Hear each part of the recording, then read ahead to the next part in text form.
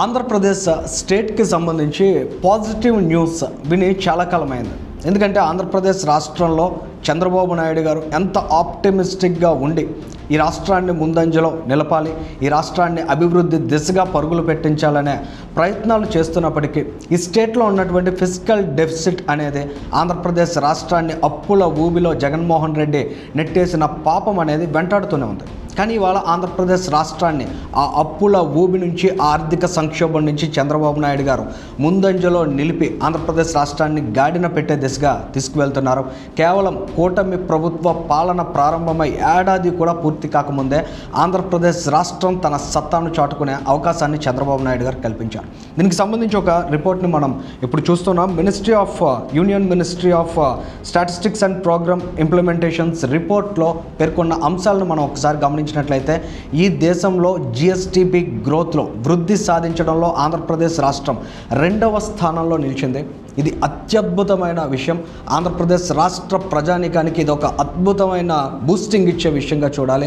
వెనుకొన్న statistics చూసినట్లయితే మనం జగన్మోహన్ రెడ్డి గారి పరిపాలన హయాంలో, ఆయన ప్రభుత్వ హయాంలో అత్యంత వైఫల్యాలు, అత్యంత దారుణమైనటువంటి ప్రణాళికలు, ఆయన ఏ కోసానో కూడా అభివృద్ధి మీద దృష్టి సారించకపోవడం కారణంగా ఆంధ్రప్రదేశ్ రాష్ట్రం తీవ్రమైన ఒడిదుడుకులు ఎదుర్కొంది. తద్వారా ఆర్థిక సంక్షోభంలోకి నెట్టివేయబడింది. కానీ వాళ్ళ చంద్రబాబు నాయుడు గారు వచ్చిన తర్వాత ఆయన రూపకల్పన చేసిన ప్రణాళికలు, ముఖ్యంగా బిజినెస్ ఫ్రెండ్లీ ఎన్విరాన్మెంట్ క్రియేట్ చేయడం, ట్రాన్స్పరెంట్ రెగ్యులేషన్స్ క్రియేట్ చేయడం, ఇన్వెస్టర్ సెంట్రిక్ పాలసీస్కి రూపకల్పన చేయడం అనేది ఆంధ్రప్రదేశ్ రాష్ట్రం తిరిగి ఆర్థికంగా పునరుజ్జీవం పోసుకునే దశకు చేరుకుంటోంది. అందులో భాగంగానే ఇవాళ ఈ రిపోర్ట్లో ఆంధ్రప్రదేశ్ 2nd ప్లేస్కి చేరుకుంది. ఇక్కడ జిఎస్డిపి గ్రోత్ చూసినట్లయితే 2024-2025 సంవత్సరానికి 8,16,835 కోట్లుగా ఉంది. ఇది జగన్మోహన్ రెడ్డి గారి ప్రభుత్వ హయాంలో చూస్తే అంటే 2023-24 ఆర్థిక సంవత్సరంలో 7,99,400 కోట్లుగా ఉంది. పక్క రాష్ట్రం తెలంగాణ రాష్ట్రంలో చూసినట్లయితే 6.69% మాత్రమే అక్కడ గ్రోత్ ఉండగా ఆంధ్రప్రదేశ్ స్టేట్లో 8.21% గ్రోత్ రేట్ తోటి 2nd ప్లేస్లో నిలిచినటువంటి సందర్భం. ఇక 1st ప్లేస్లో ఉన్న తమిళనాడు చూసినట్లయితే 9.69% గ్రోత్ అక్కడ కనిపిస్తోంది. ఆంధ్రప్రదేశ్ స్టేట్కి 2023-24, 24-25 ఈ 2 ఆర్థిక సంవత్సరాల మధ్య వ్యత్యాసాన్ని గమనించినట్లయితే 2.02% గ్రోత్ అనేది కేవలం చంద్రబాబు నాయుడు గారు ముఖ్యమంత్రి అయిన తర్వాత ఈ ఆంధ్రప్రదేశ్ స్టేట్లో మనం విట్నెస్ చేయగలుగుతున్నాం.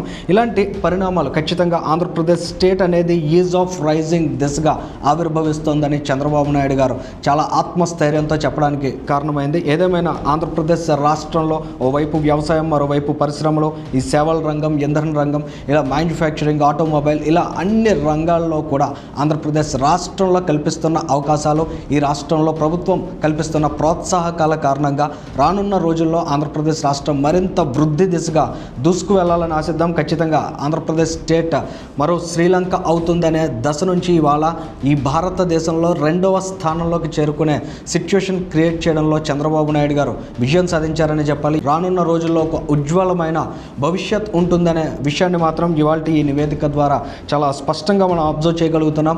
గత 10 ఏళ్ల కాలంలో మనం అబ్జర్వ్ చేసినట్లయితే చంద్రబాబు నాయుడు గారు ముఖ్యమంత్రిగా 2014-2019 మధ్య కాలంలో ఈ గ్రోత్ రేట్లో ఆంధ్రప్రదేశ్ 2 సార్లు డబుల్ డిజిట్ గ్రోత్ను కూడా నమోదు చేసింది.